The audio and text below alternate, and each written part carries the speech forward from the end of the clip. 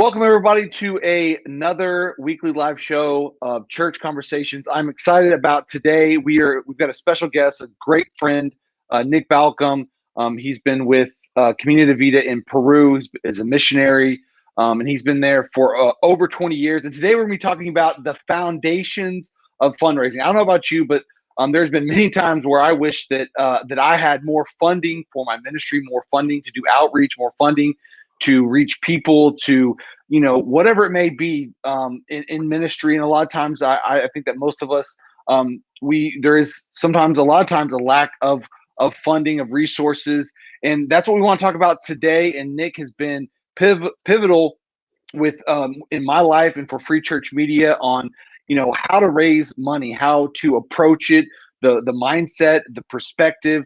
And so I'm excited to be talking about this conversation, to have this conversation, and I hope that you are too. And I want to ask you, as you're joining on, hey, do me a favor and like and share this video. We want to invite as many people, have as many people in the conversations. We're going to be asking some questions, hopefully get into some Q&A time at the end of this show today to answer some questions that you may have. So make sure like, share, drop a comment, let us know that you are here. So we can say hi, so that we can know that you're here. Let us know where you're from. And so let's go ahead and actually before we jump in, I want to do this. I want to say thank you to everyone that is a financial partner that has given, because without them, without you, this would not be possible. And I also want to thank all the amazing graphic designers, motion graphic designers that have donated content.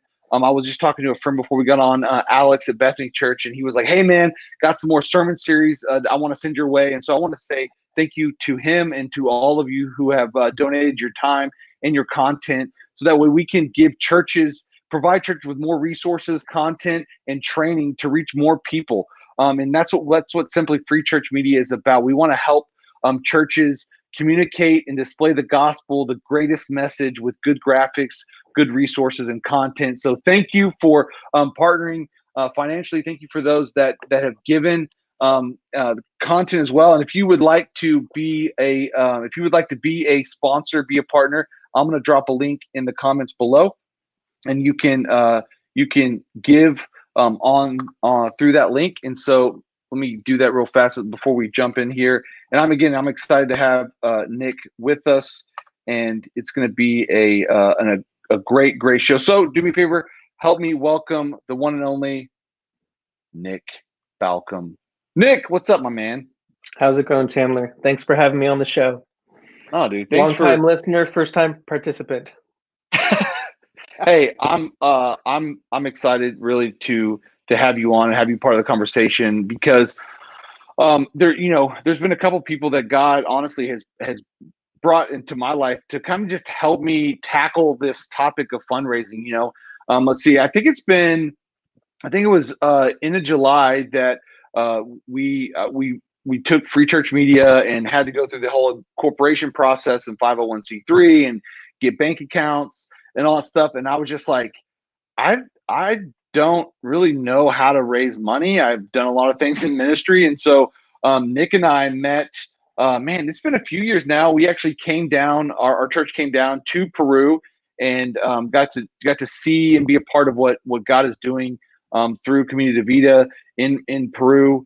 And we kind of built that relationship, kicked it off. We honestly became pretty good friends. I think hopefully people get to see this, but Nick is sponsored by Perrier. Nick is hilarious and has a great sense of humor. And anytime people come and like that I meet and they're just hilarious and funny and they laugh a lot, I'm like, okay, we need to be friends. And so when this transition happened with Free Church Media, I was like, I have to call Nick, because I had no clue what I'm doing. And I could go and I could Google stuff and I could read stuff, and I'm like, I'd rather just learn from someone. And so over the last month or two, I have been harassing Nick and like, help me, how do I do this? What do I need to do? And so I'm excited to hear from you. And so kind of fill us in a little bit about what's going on, a little bit of your background with, Community Vida, being a missionary for the last 20 years. Kind of tell us a little bit about, your experience and kind of how you got where you are. Sure, thanks. First of all, again, thanks for having me on, and thanks for Of everything course. you guys are doing with Free Church Media and helping churches all over the world in being able to express the gospel creatively and relevantly. It's such a huge need, especially in our day and age. So you guys are killing it with that. It's really hard for missionaries to talk about themselves because, as you know, missionaries are some of the most humble people in the world. But I'll try to do my best. Um, and so 20 years ago, when I was 17 years old, I went to Peru, fell in love with the ministry, fell in love with the church, Camino de Vida, a church that was established over 32, 33 years ago by Robert and Karen Berger, missionaries Amazing from pastors. San Diego, amazing, amazing pastors. And since then came alongside the team and currently serving on the executive pastoral staff. And we've got 6 campuses. We have, I think, right now, over 15,000 people that are Wow. connecting. Everything's gone online, obviously, and trying to do our best to build the kingdom of God, the capital C church all around Latin America. That's from Spain, Mexico, all the way down, little Cuba over there in Miami, and whatever we can do to help resource. So the concept of what Free Church Media is doing really ties in with what Community Vida is all about in being able to resource the church, helping churches get unstuck, helping pastors be relevant. So been doing that, married with 3 kids, 2 boys and a girl. My daughter's my favorite, as everybody knows. And we just love God and we love people to the best of our abilities. And a big part of what I do as Camino de Vida is I ask people for money. And when we talk about fundraising and asking people for money, it's really about giving them an invitation to partner with something that's bigger than themselves. And Chris Hodges That's says great. it a lot. He always says that people want to have purpose in their life. Everybody wants to feel like they have purpose. And so, what we do when we fundraise, and this is for pastors, this is for business people, this is if you're trying to start a company, is you're giving the opportunity for somebody to have purpose in their life. And I say facetiously a lot of times too, Chandler, is that people walk around sad and depressed with the most purposeless, lame Yeah. lives, and they're just one bullet away from killing themselves. They're just sad, depressed. And if it wasn't for you, if it wasn't for a pastor, if it wasn't for somebody that says, "Hey, would you join me in doing this and sowing your life into this?" They would have no purpose. So really, when we invite people to come alongside of us with their time, with their talent, with their treasures, with their money, we're really doing them a favor. And in the Christian concept, the Christian world, we're doing them a service in helping them achieve Yeah. what God has called them to do. So I do a little bit of everything, but I also do that. When people ask me what I do, I say, I work for God. I'm a fixer. So it means that I just help people get whatever it is that they need, but I do it for God. That's awesome. A Christian fixer. Like that's Christian like fixer. just, I love that. I love that term. And I love, honestly, I love, your perspective. And I think that's something that you've really helped me with is really the perspective and the mindset, even the approach to asking, to having the conversation. Because I think a lot of times, especially in the maybe the American church, when it comes to talking about finances and money, sometimes it's a very sensitive topic. I think that for some people it becomes easier, but I've even had a lot of conversations with pastors that it's like, man, I don't want to whatever, and it's then you have people on even the outside. It's like all the church always wants is money, but at the same time, it's like no. Like it takes money to do stuff, and that's okay. And I think that for me, you really help kind of give some confidence to me, and some like really like solidifying like what it means to ask, and to even what I believe and how I approach things. So why don't you just talk quickly about like how to approach fundraising, maybe in a ministry, nonprofit, maybe even for a senior pastor or youth pastor, when it comes to man, how do I approach this? How do I, what is the mindset and perspective I should have when it comes to, raising money? Right. I love that question. And it's a question that I get a lot. The first thing I want everybody to know who's trying to fundraise is that you can do it. You can do it, Yeah. and it's not hard. And I do this exercise with people all the time when we talk about fundraising. A lot of times people try to bite off bigger chunks than they can chew. And so it's the whole how do you eat an elephant? You start in the back. No, one bite at a time. And so with fundraising, you have to start with goals that are achievable for you. And so, Chandler, if I would say, could you go out today and get anybody to give you $1, what would you say? Yes. Okay, so you're pretty confident about it. You hesitated a little bit, Absolutely. but I think you could do it. I have faith in you. You've got kind of the scruffy beard. You get a little bit more disheveled. People will think you're homeless, and like people will give you money. Now there's a fine line between you don't want your beard to be too long and too Right. disheveled because people are like, oh, he's just going to use it to buy alcohol, but you might use it to go to the Wendy's Oh dollar. my God. I don't know. So you can get $1. Do you think you could go out today and get $5 from somebody? Easy. All right, easy. Do you think you could ask somebody and confidently they would give you $20? For sure. For sure. Can you get somebody to give you $100? Absolutely. All right, you're pretty confident about that. You can call. You have somebody you can call. It might be grandma. Who knows? You can call and they're good for $100. Could you get somebody to give you $1,000? Yes. Yes. Okay. Could you get somebody, because you seem like you have a lot of access. You got a rich uncle. Who knows what you got in your back pocket, or how many favors people owe Chandler. Could you get somebody today to give you $50,000?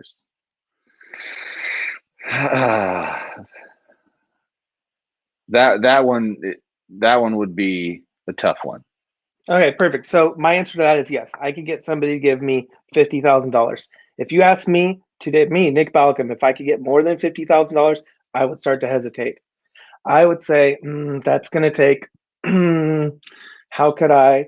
Right, but that doesn't mean that I'm a failure up to that point, and it doesn't mean I'm a failure even after that point. Yeah. It means that I have a level, I have a capacity that I believe of what I can do, and I know I can be effective up to that capacity and probably a little more as my faith and my ability grows. And that's the same concept with fundraising. Start with whatever you feel comfortable with and then go from there. So if your goal is, man, I need to raise $10,000, I need to raise $50,000, I need to raise $10 million for a new building extension project.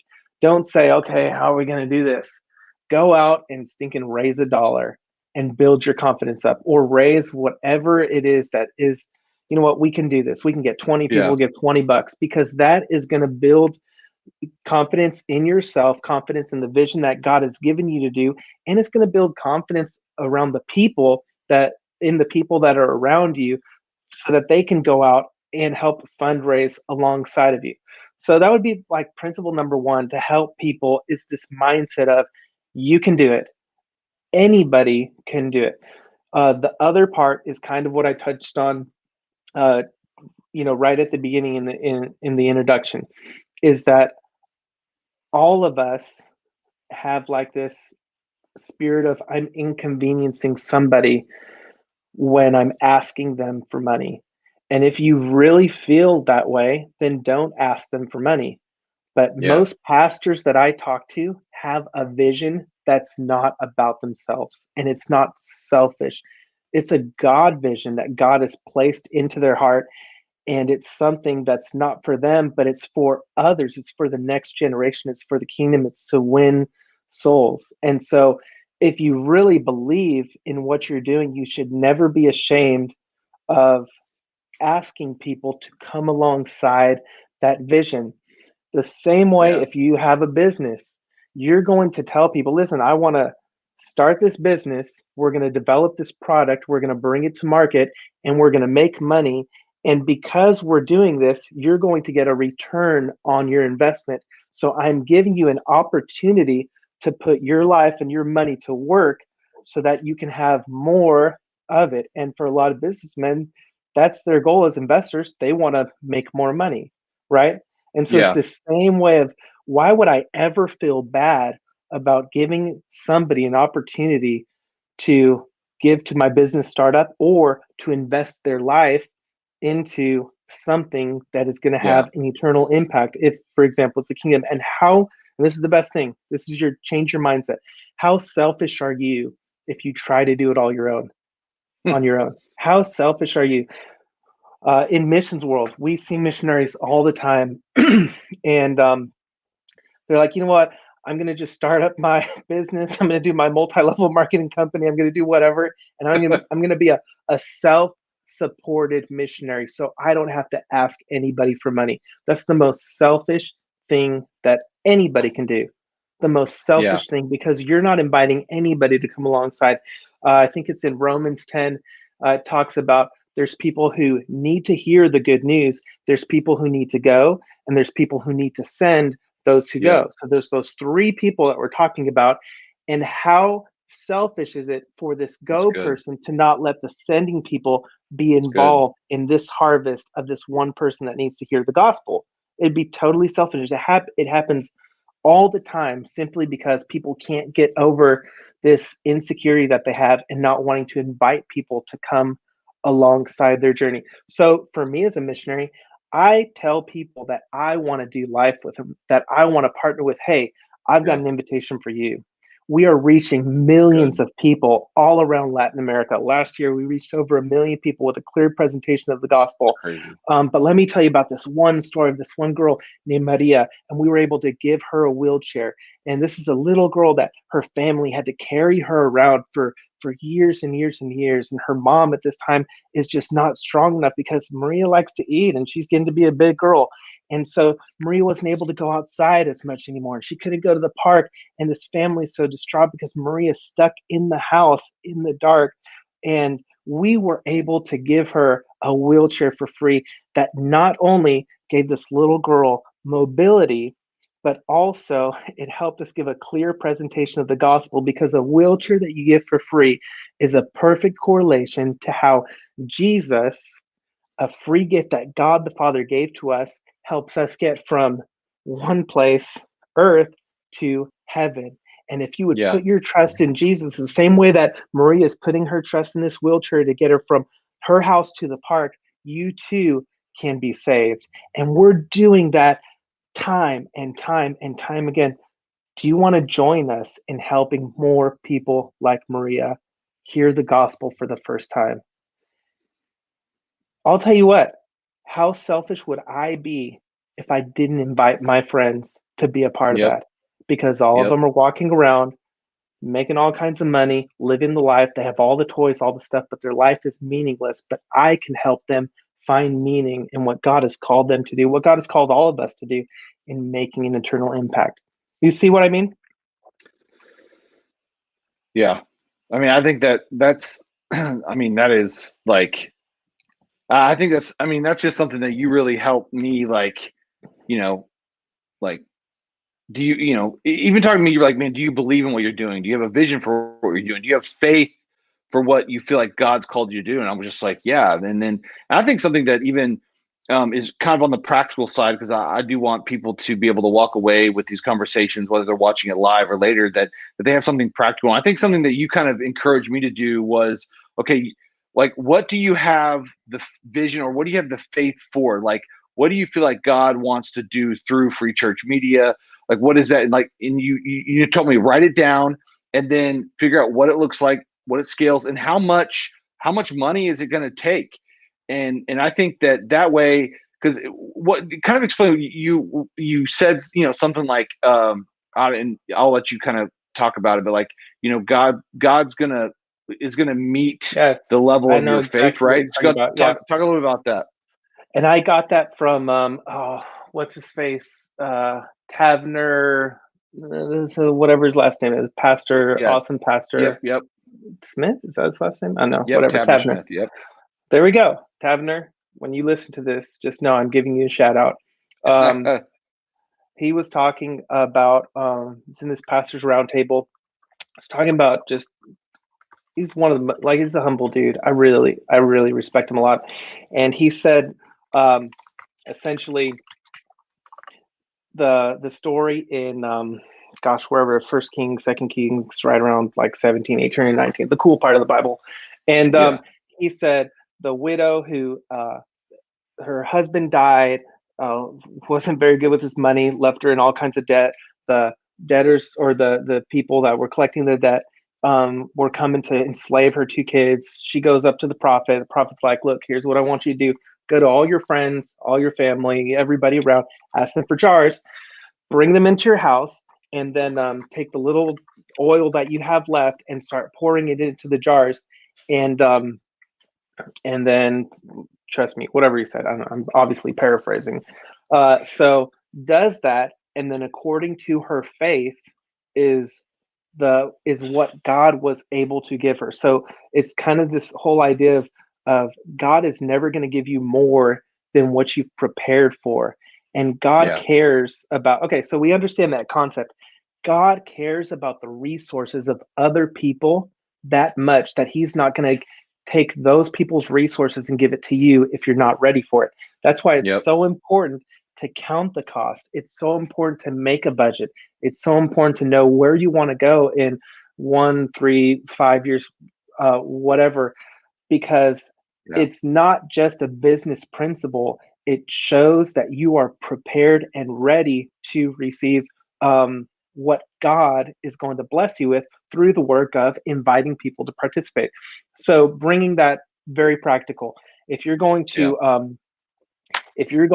plant a church, if you're going to do a capital stewardship campaign, if you're going to be a missionary and go on the mission field, whatever, don't start fundraising until you know how much money you need and what you need it for, and then base your fundraising goals off of that preparation. And you're going to see, I promise you, you're going to see God move if you've been faithful in doing that preparation. That's good. Yeah, and that was something that I honestly, you, and then there's another couple people that really encouraged me to, to like, what is that like number? Like, what do you have faith for? And having to sit down and think through that and pray through that, do the research. And then even, funny thing enough is like when you go to apply to be a 501c3, they ask, they basically want to see a 3-year budget. Yeah. And not in both, obviously practically, like I kind of have like my practical, like what I need, then like what do I have faith for to even with Free Church Media, what I feel like God wants to do and provide even more than what we're doing now. And that took some time, and I had to sit down and think about it and pray about it and do some research. But now, I'm in a place confident that I know that there's a big number that if someone said, hey, like, what is the total number you need a year to whatever, I know I have that top number. Like, this is, if we had this much money, this is everything that we could provide for all the churches out there. And I think that for me, when you get to, like, for me, when I after I took the time and wrote that down and thought through that, it gives me a confidence to go for the ask. And that way, even, also when people go, well, what am I giving to? I could go, well, here's what you're giving to now. And then as we get more funding, this is what your giving will continue to do and provide for churches, or for, even for a youth ministry. And I want to kind of ask this question for those, for the people watching is, you talk about fundraiser, and we can always kind of joke because, you got like people do fireworks stands, and then people will do, bake sales and garage sales. If you're watching right now, like, what fundraisers have you done? What, like, like bake set, like what are some other car washes, like free car wash / like, the slave auction. We can't really do those anymore. It's that they canceled that. Yeah, you can't. Get the youth group like this youth member is going to go and clean your house on a Saturday. Yeah. Can't do that. We've done like t-shirt fundraisers, different stuff like that. Like let me ask you this. What is like your thought on fundraisers type things? Like do you feel like I mean I know that I've heard some fundraisers that actually work really well. Like I know a couple pastors that they do fireworks stands every summer, and they kill it. They kill it. Like yeah. It's amazing. Yeah. Give me some stories or kind of like your opinion on fundraisers. I'll give you some things. I want to touch on something real fast of the previous thing, because it reminded me as you were talking about what gave you the confidence. This is something I learned from Guts Church, Bill Shear, right? Yep. Years ago, we were talking, and must have been, gosh, maybe like 10 years ago or so. And we were talking about finances and our personal finances. And he was asking us how much we raised as missionaries. And he said, well, you need more than that. And I said, and I felt stupid right after I said it. I was like, yeah, but are we worth more? And he rebuked, like he reamed me for a good 5 minutes. Like, how stupid are you? Are you worth more than that? And so this is why this is important. When he doesn't mince words there. Anyway, so this is why it's important, is that when we make a budget, when we put this faith out there of like, hey, one day if I want to have $1 million, I better know where to spend it first. If I'm going to do a big humanitarian aid, whatever. Why did I stop at $1 million? Why didn't I do $10 million? Why didn't I do $500 million? Why is my faith in myself for what I want to do based off of this? And so those are the levels that God takes you or anybody as a builder, as a fundraiser, as a business person, of believing in yourself, of what you are worth, how much you are able to responsibly steward with the vision that God has given you. And I believe that God brings us to levels. A church planner doesn't start off saying, hey, we're going to build a $25 million facility that's going to have a community center and a big worship center. He might just start off saying, we're going to raise $350,000 so we can do our church plant. But eventually you believe in yourself that I am the guy that's responsible for a $25, a $50 million build. And so the personal challenge is, what do you believe for yourself as a builder, as a church pastor, as a business person? What is your level of faith of what you're capable of managing or stewarding, and what is it going to take for God to bring you to that next level until what's going to take for you to run the world? What's it going to take, Chandler, for you to have the biggest free church media organization that is just killing it and crushing it? And it has to change in your heart first, because when you go for the big asks, when you ask somebody for $10, $15, $50,000, guys at that level are going to know right away, if you even believe it in yourself, that you're worth that much money, and if that you can steward that much money. So you have to win that battle in yourself first. So anyway, on to fundraisers. I think any fundraiser is good if it works, but there's fine lines of how church economy works as far as fundraising goes. For example, usually if it's historically, if the youth group is going to do a car wash or a bake sale, then a lot of times the church, instead of giving their tithes and offerings, they're like, oh, I'm going to just give my money to the bake sale, the car wash instead. And really, it's like the robbing Peter to pay Paul kind of thing, if that makes sense. But honestly, those levels are so small compared to the bigger impact that if you don't have a church that has a vision for the next generation, and it's forcing kids to go off and raise money in kind of like the way people did it 20 years ago, you may want to reevaluate how you're budgeting your money. But I always love creating opportunity for people to serve, right? It's always great. So I think the church firework tents to fund the ministry, and getting churches to go out and get their young people to go out and volunteer in that. I think it's a great idea, and it doesn't take money from the church congregation necessarily. It's inviting the community. It's providing a service for the Yeah. community of fireworks. It's getting the church name out there, and also it's giving a chance for these young people to, for example, earn money.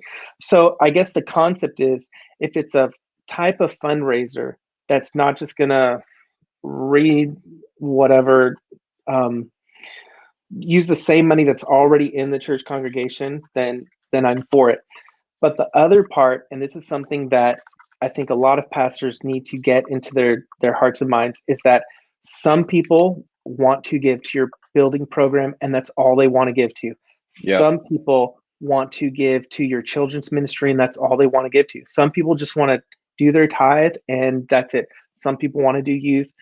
Um, and so, as a leader, you want to try to do your best to provide a wide variety of things and ways to give to. And a lot of pastors think, well, if people are giving to outreach, then they're not going to give to this. So we're going to Yeah. stop doing outreach and we're just going to focus. For example, a lot of churches, when they do their capital stewardship campaign for building expansion, whatever, stop doing missions. It's the dumbest thing ever, because they think, well, if we do this, if we stop missions, people will take the money that they would normally give to missions and they're going to give it to this building campaign. I promise you Yeah. that's not what happens. Those people are probably a little bit to the building campaign, and they're going to give all this missions money to me because they like giving to missions. That's what God has called them to do. But the same people that give to the fund are not going to give to somebody like me, because their heart is towards um, expanding and building the house. So it would be way better for churches to work with missionaries like me and just continue on doing what we're doing. And together,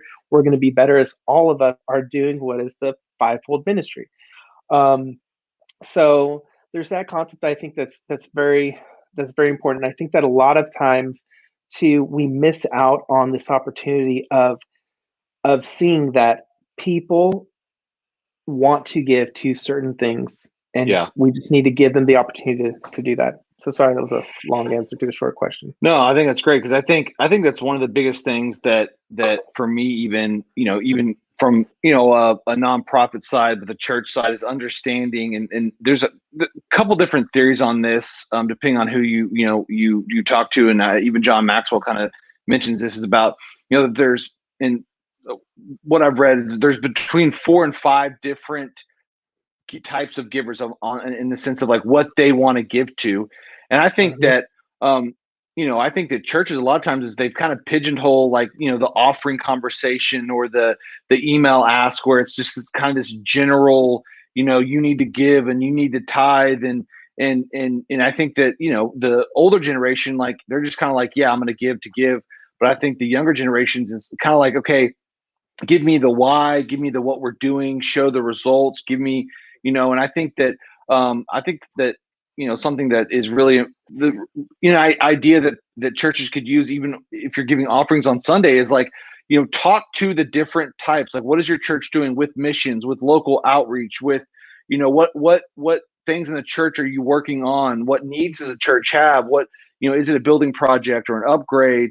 Or because again, it's like you said, it's not like, okay, if we do this, then people aren't going to give here. It's more like, no, you need to talk about everything and what the church is doing, because you're going to have people that are going to give to this, but they're going to go, I don't really care about the parking lot. But you're going to have some people that go like, oh, I want the parking lot. Right. Like, I'll pay for the whole parking lot. So I think that even for me was something that was like, oh, okay, so I need to know who I'm talking to, and then I need to know how to talk about it. And I think that's something that, if you're watching this, is something that Nick always really, does, and has really encouraged me, is telling a story. Is testimonies are powerful. And I believe that there's amazing things happening through many, a lot of ministries and churches, and we just forget to tell those stories, whether it's in live, in person, or an email, or a video. Is, listen, give the ask and then give the why, but here's what your giving does. And I think that even for me, that's something that I always try to do, is when I'm I'm thanking people for giving, and I'm asking people to give, and I say, hey, here's why I'm thankful that people give, but here's when you give, this is what's happening. I mean, even for us, in this last week, we've had almost 800 new users sign up for Free Church Media, and we're Awesome. seeing. I think last month we had our biggest month we've ever had of new users. And I say users, people in churches that are finding out about this, and for me, it's mind blowing. And so even when people like, hey, you can give money or you can just share, like listen, we want to help spread the word about Free Church Media, and we want to help churches know about this content. And I think that's something that you always do well. And I think some people might have missed the fact that you're telling a story, you're sharing a testimony, because people connect with stories, whether it's Totally a personal story. stories. Yep. Yep. And whether it's whatever it may be, but you got to give people, not just the scripture, or not just, God says so, but man, share the life change, or share the exciting news, the wins, and people connect with that more. So, so let's kind of transition. Totally. Well, hold on. Let me add encourage something people real again. quick to that. Go ahead, jump in. So in that, something that a lot of people on the receiving side, and if we're talking about missionaries or NGOs or whatever, we make it too much about us. So our job is to make the pastor shine on a Sunday, because every time a pastor is in the pulpit, they want to do their best. They want to do their best for the Lord and for their congregation. And so we try to give them the information they need to say, look what we're doing in church. Look what you guys are doing. Not like, hey, look what Community is doing in Peru or Latin America. It's look what we're doing. So we need to be very strategic in giving these pastors opportunities of, you guys, Free Church Media, you guys know what we're doing with Free Church Media. We got these users, and that means that more people are getting a clear presentation of gospel. Isn't that awesome? Thank you guys so much for giving. And then in that, going back kind of the practical of fundraising, is that use every single method out there to give people the opportunity to give. They can give online, they can give by text, they can give in a box or a basket or whatever. That's Cash App, Venmo, PayPal. Everything. Give people the opportunity to give. Make it as easy as possible, because people are stupid and people forget. I'm stupid and I forget, and I have intentions to give and I forget. Or sometimes I don't have the information in front of me right away to be able to give. And so we need to always take away every distraction. And there's a principle, and I think the principle is like, it has to be less than 3 clicks, or else people lose interest or get distracted by a squirrel. So try to make it as simple and use every single way possible. And then communication is key.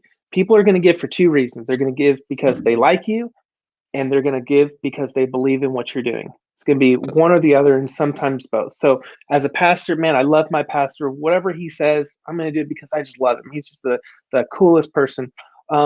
Or I love what my church is doing, and I'm going to get behind.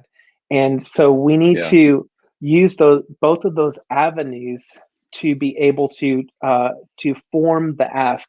And then as people are giving their lives, remember, people trade their life. You have a finite amount of time that God has given you. You trade your time in a job for something tangible, which is money, and then you can decide what you want to spend your money on. So your money is really your life. And we use our money, our life, to buy clothes, which is really good because nobody wants to see me naked. Well, one person wants to see me naked every now and then. We use it to buy food, and some people use too much of their life to buy more food. We use it for entertainment. And then we also have this ability to use our life to make a difference in the life of somebody else. And so when somebody asks me to give, I like to, if I don't like the person, I want to hear what it is they're going to do. I want to hear how my life is going to be used to affect the lives of other people. The same way with kingdom builders in your church or in your circle, they want to know the return on the investment of their life. So that's why we talk about numbers. We don't talk about numbers because we're about numbers. We talk about numbers because numbers represent people, and God loves people.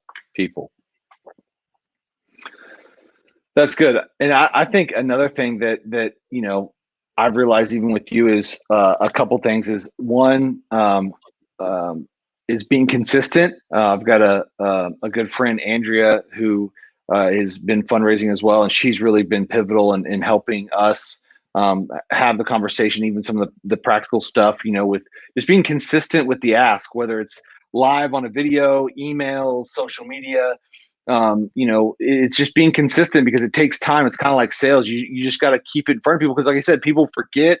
They go, "Oh, I want to give. I didn't click on that time." And so you just got to be consistent with it and being consistent with the ask. I think the other thing I've realized is that when it comes to personally, you've challenged me like, listen, you need to reach out to your friends and family that you're close to and be consistent and follow up because truthfully, Americans, I don't know if it's the rest of the world, maybe it's just people, we just don't like saying no. And people like when it's, especially when it's in person or it's, it's on a phone or, or text, it's people just don't like to say no. And so when you have a good reason, a good cause for people to give to, man, you got to be consistent and you got to, you got to reach out to people and even personally ask. Cause I think that, again, and another thing that you always say is like it's not, you're not inconveniencing people. It's actually, you're giving them an opportunity for God to use them to be a blessing. And then when you understand that it is better to give than to receive, and that when you give people an opportunity to give, then it's an opportunity for them to be blessed. And totally. I think that's something that I've had to like kind of change my thinking of like, well, what if they say no? What if they, and it's like, it's not my responsibility on what they say. It's my responsibility to go, hey, here's what's God's doing. I'd love for you to be a part. And then whatever happens from there, it happens. And so I think there's a really good resource, and it's either in Bill Hybels' book or Andy Stanley's, and it might be an Axiom or it might be in a different one, but it's in one of those. But basically, the principle is don't say somebody's no for them. And the story goes that one of these guys was needing a high-level position in the church and went to this very successful businessman that was making six-figure income and needed them to stop doing what they're doing and take a massive pay cut to come and work in the church. And they're like, this person's never going to say yes. This person, there's no way. But he got over that, had the one-on-one meeting, did the ask, and that person said, God spoke to me. And sorry, something like this. I'm probably messing it up. But yeah, God spoke to me, and this is exactly what God told me. And yes, this is what I'm going to do. And thank you so much for asking me. So the principle there is that you have no idea what God is doing in the life of somebody else and how they've been preparing even to come alongside your ministry or whatever. So never say somebody's no for them because you don't know. And here's the best thing ever. And this, I want to give you confidence. If you ever have to ask people for money, always feel good about yourself, because even if people say, no, I'm sorry, I can't do it. They'll always walk away saying, wow, Nick must think I have a lot of money to be able to like ask me for it. That feels kind of good because I don't have any money right now. And so even that asking, people normally end up saying, hey, thank you so much for asking. So always give people the opportunity to give and let them be the ones to say no. Always be consistent. If somebody said, yes, I will give, follow up with them. It's never going to get easy or at least for me, it's never gotten easy when you ask somebody for to get involved with either their money, their time, their talents, whatever. It never gets easy for me, at least. In once you ask them, you feel like this pit in your stomach of like, oh God, I hope they don't hate me. I hope they don't hate me. Like, I hope that, like, because I genuinely love people and I genuinely want people to be doing the thing that God has called them to do. And I believe in what I'm doing. I believe in, if I'm helping somebody else fundraise, I believe in what they're doing. And so I know my intentions are pure, but I always think, man, I hope this doesn't mess up our relationship. So I want to encourage you with this. And this is a principle that you have to put into practice is you have to fight those feelings of people hate you by loving everybody and thinking that everybody loves you. Think the best of people. I love it. I love this person and this person loves me. Wake up saying, this person loves me. Who knows what's going on, but I'm going to choose to believe that this person loves me. And that helps you get over that angst kind of period or that pit in your stomach or that stress of, man, they still haven't responded to that text message. Why haven't they responded? They hate me. You just know.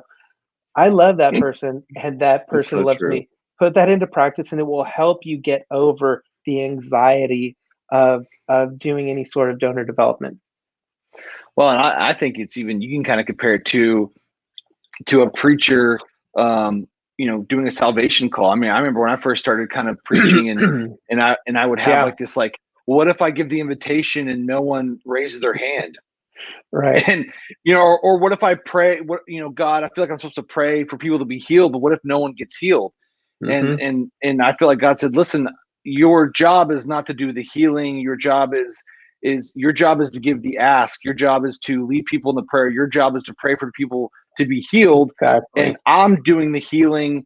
So it really is a faith thing. It's like, when you believe that, okay, God is with me, God is for me, God wants me to do this. This is what I feel like I'm called to do. You got to have faith to go for the ask. And what's crazy? We started doing the show, and I really just wanted to, like, again, create some conversations and talk about some topics that I feel like maybe aren't talked about a lot. I mean, I really feel like even like fundraising and all, kind of this conversation, I haven't heard it talked about a lot, at conferences and stuff. It's a topic that I've had to, go after to find out. And what's crazy is I started this, and the first show that we did, I got on there, and I, at the very end, I was just thanking my givers, and kind of like, oh, okay, want to thank you, whatever. And what's crazy is that I had one of my friends, and he knows who he is, and I was blown away. We went to college together, and we really haven't talked.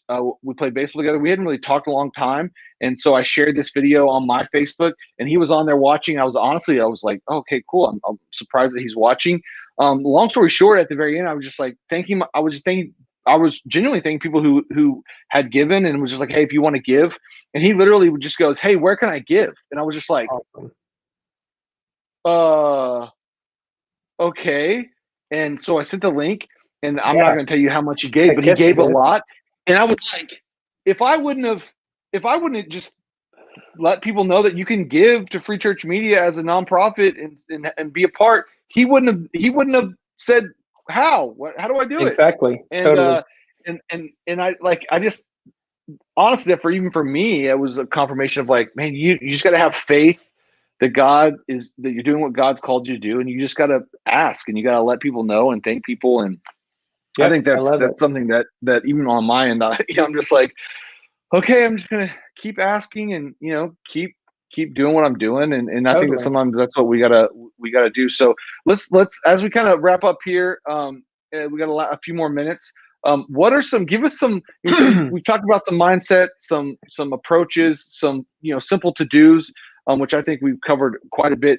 Give me maybe some don'ts, or some things to maybe some myths, or some, maybe, I don't know, just maybe some like things like, I wouldn't recommend doing this, or these are things that really don't work, maybe in your experience. But kind of talk about some of those things. All right. That's really good. Because it everything is based off of experience, right? So, Yep. and it's going to sound very much like our generation, I guess, or maybe it's the generation now. Who knows about what's going on with the this new generation? But Yeah. I never want to knock or do a don't necessarily for a method.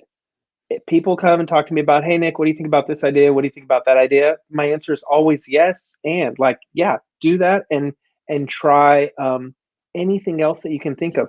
Find out what's working in your area. Ask Yeah. other. We've drilled over 500 water wells in the jungles of Peru over the last 15 years. So during that time, Amazing. well, I guess not 15, maybe 12 years, but during that time, at no point did we say, hey, we're just going to go here and just start drilling. No, we asked what worked in the area. Where do people normally find water? What Yeah. tools do they use to find water? So the best thing to do is start off with whoever you feel best represents you. Go to them and ask them, what is working? What has worked for you in the past? If you're planning a church in this area, what has worked in the past? Yeah. As a church planner in this network, in this circle, what has worked for you? And try that. Don't try to go in at it on your own. you have nothing to prove. There's nothing new under the sun. There's no reason for it. And you'll find that most people want to help you, especially if you have a good vision. Most people want to help you raise money. A perfect example of that is the matching give or the matching donation. So I would say this is a strong do. Find somebody that will put up a certain amount of money and say, can you commit to giving this much, and it'll be matched up to, this much, whatever. Usually this person is going to give that much anyway. So it's a way of being able to go to other people and saying, hey, this much has already been committed in a matching. Can you give 20, 50, 100, 1,000, 5,000, 10,000, whatever it is. So use things that are working. Something that I use all the time is I start with 3 guys, and I think I told you this. If I'm fundraising for something, I start with 3 guys, and I tell them, "Hey, here's the big need that I want, but I want to start with you and 2 other guys. And can you give X amount? Can you give $5,000? Can you give 2,500, for example?"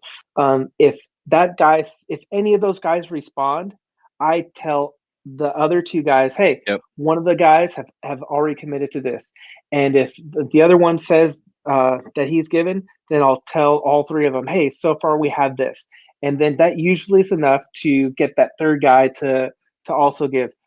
A concept, nobody wants to be the first person to give. So that's why you start with friends and family.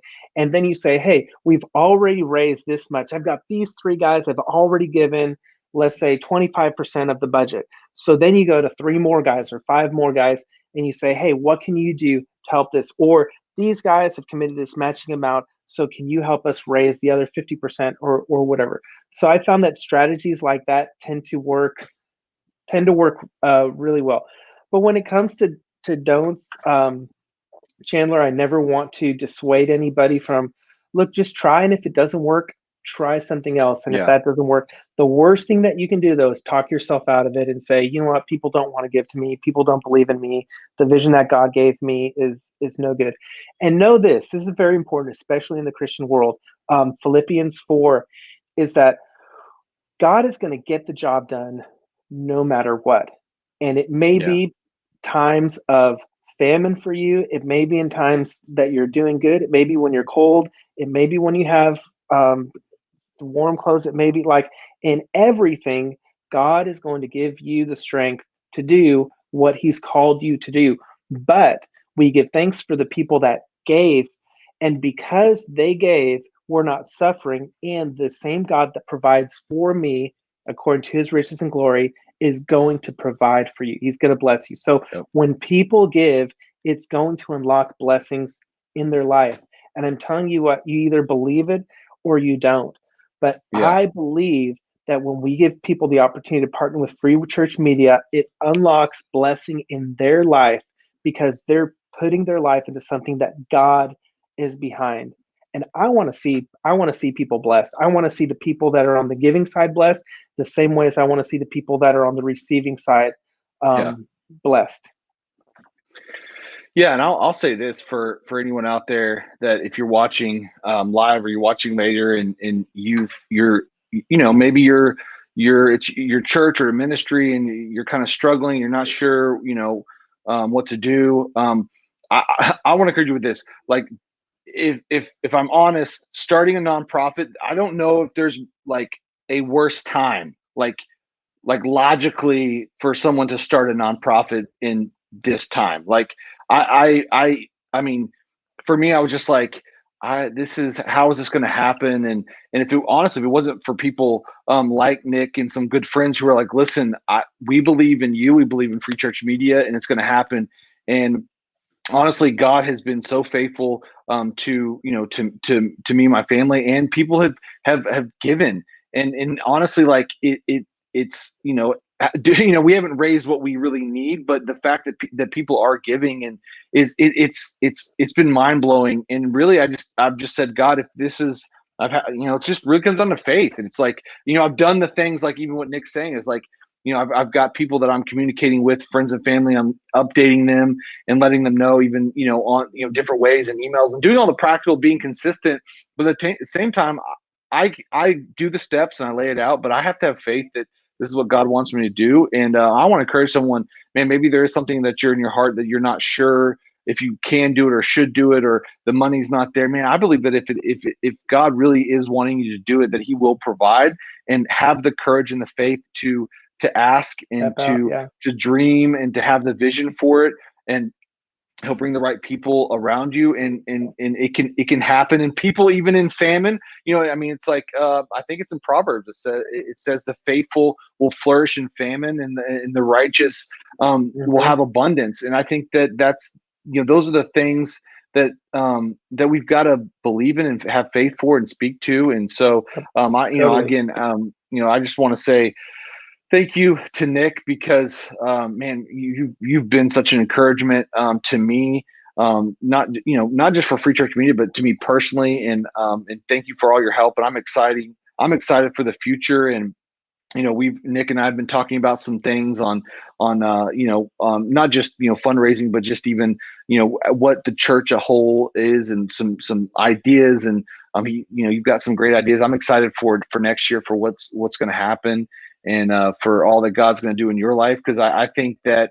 even as Christians, man, we got to look for organizations and people that we can invest our lives in, and that they can invest in ours. Because I believe that when we find those relationships, man, it really is a opportunity for blessings that come to that relationship. And I've seen that for me, from you, and I think from you as well, and what God's got and for your family and for your ministry. And so I just want to say thank you. Anything that you want to kind of, as we wrap up, any last kind of thoughts or ideas that maybe you want to share before we wrap up today's show? Yeah, definitely. First of all, I've got my Instagram screen name there. Reach out to me if there's anything that I can do to help encourage you in fundraising. I love to help people connect resource to their ministry. I just love doing it. So anyway, there's tons of resources out there. And I didn't mention hardly any of them, but reach out to me. I'll tell you some of the best people that I've learned from, some of their books and whatnot. So as Free Church Media, it's part of the resource that I want to offer to anybody watching. And if you've made it this far in the 57 minutes of this video, I want to give you an opportunity to give to an amazing organization. And I say it as somebody who has seen the ministry from the background, has seen the vision from the background, knows Chandler, knows the team, and knows what their heart is. And this is good soil to sow into. We've seen with very small churches that just do not have the resources, technical resources, the creative resources, or they're just a bunch of dingbats that don't know how to be relevant, that they need this type of a resource to be able to reach the next generation. And so when you give to Free Church Media, it's taking your life and using it to win people for Christ, to get them discipled and to encourage them. I think it's a great resource that should be part of a line item for any pastor who understands and really gets the creative aspect as part of your missions giving, seeing that Free Church Media is a missions organization that is all about building the kingdom of God. So the partner link is up there in the front. I don't know if it's, oh, there we go. It's also on the very bottom. That's great. You got to give people the opportunity to give, and it's super easy to give. So I always say this, and this is something you guys can take to your own churches. Chris Hodges says it all the time. He's like, we're not going to ask for an amount. We're going to ask that you go to God and you say, God, how would you like me to come alongside Chandler and Free Church Media? Give me an amount, and then be faithful to give that amount, and be faithful to believe that God is going to provide that extra money from you. God's kingdom is so big. The people in God's kingdom have the resources. The people in your congregation have the resource to fund the vision that's in your heart. And so when you're faithful of using those resources to do what God has called you to do, He's going to abundantly bless you as a pastor, for your congregation, for those people in your congregation. I want to do one last thought, Chandler. There are people, and I got this from Lee Domain, Kingdom Builders. He has the pearl of the of the King, I think. I don't know. Look up Lee Domain. He's got his book. It's a great book. Talking about how God has placed kingdom builders, businessmen in your church to fund your vision. Yep. Find those people, invest in them, come alongside them, pray for them, and invite them to be a part of the vision God has given you, because you need them and they need you. Good. That's good. I appreciate you, Nick. Hey, I want to say thank you for everyone for watching, for joining us. Hey, next week, we've got another show, and we've got Noah Herron with us. And he's actually just written a new book called Viral Jesus. And we're actually going to be talking about a topic that's called When Working for God gets in the way of having a relationship with God. I think so many times in ministry, in having a calling and a career can sometimes turn into more of a work and more religion than it really does the importance of having a relationship and letting God love you and loving God and actually reading the Bible, not for a sermon or for a small group or whatever, but actually that we keep that pure of heart. And so we're going to talk about this next week, and I'm excited about that. We're actually going to be doing some giveaways. We're going to give away some of Noah's books. So, but you got to watch live. We're going to give away a couple of those, and then a couple more surprises. So again, I want to say thank you to everyone for watching, for giving. Thank you, man, Nick, so much for everything that you've done. And I look forward to more conversations and look forward to working together and look forward to 2021 in the future of what's next. I think that I really do. I think that bigger things are always ahead of us. And you've been nothing but a blessing and a great friend to me, and always make me laugh. And honestly, that's like I just need people who make me laugh are just, that's who I hold dearest to my bosom or my heart. And so I want to say thank you to you. And again, thanks everybody for watching. And make sure that you share, like the video, let us know that you're here. We're going to continue the conversation, and then we'll be putting up next week's show link here in a few moments. So again, thanks for joining us, and we will